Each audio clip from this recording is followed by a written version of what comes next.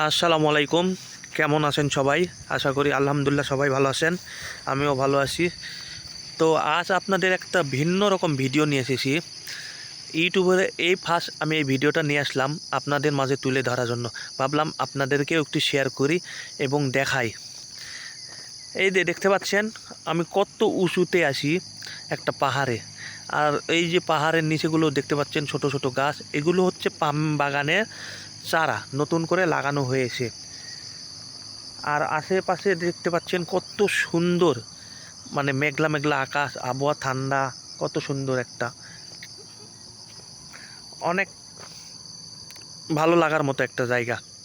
তো আমরা যখন পাম বাগানে মানে অর্থাৎ এই ওয়ার্কার হিসাবে কাজ করি, তখন এই জায়গায় অনেক রোদ, অনেক কষ্ট, রোদ ঝড় বৃষ্টি, যতই রোদ ঝড় বৃষ্টি হোক তারপরও কী করব, বাঙালি বলে কথা, কাজ তো করতে হবে।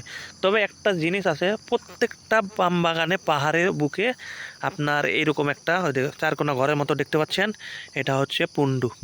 আর এটা হচ্ছে আমার গাড়ি, আমি বর্তমানে এখন গাড়ি ড্রাইভারিং করতেছি, ট্র্যাক্টর আর কি।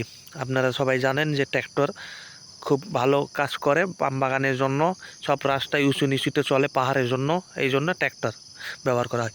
আর এই পণ্যটা দেখতে পাচ্ছেন মানে চারকোনা ঘর, এটা হচ্ছে প্রত্যেকটা পাহাড়ের বুকেই থাকবে। কী জন্য থাকবে তা আপনাকে বলতেছি, তার আগে দেখাই, দেখেন কত উঁচুতে আসি।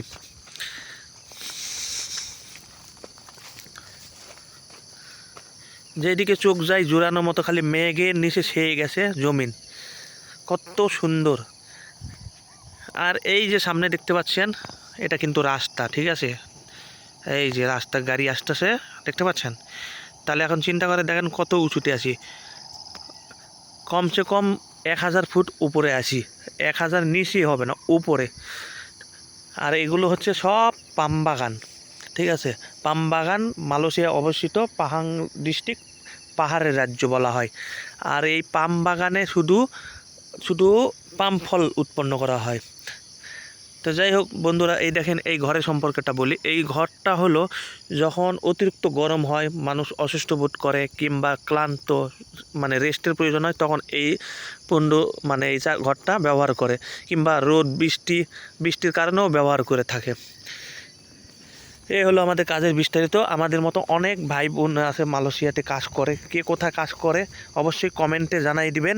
আর আমি একজন মালয়েশিয়ান প্রবাসী, আর মালয়েশিয়ান প্রবাসীর পক্ষ থেকে সবাইকে আন্তরিক শুভেচ্ছা ও প্রাণ ঢালা ভালোবাসা রইল। সবার প্রতি শুভকামনা রইল।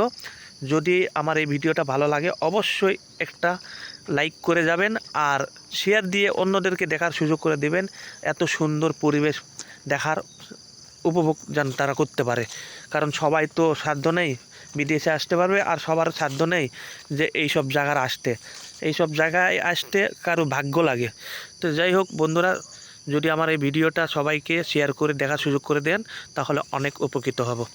ধন্যবাদ, সবাই ভালো থাকবেন, আল্লাহ হাফেজ। নতুন কোনো আপডেট নিয়ে আপনাদের সামনে তুলে ধরবো ইনশাল্লাহ, সে পর্যন্ত ভালো থাকবেন, আল্লাহ হাফেজ।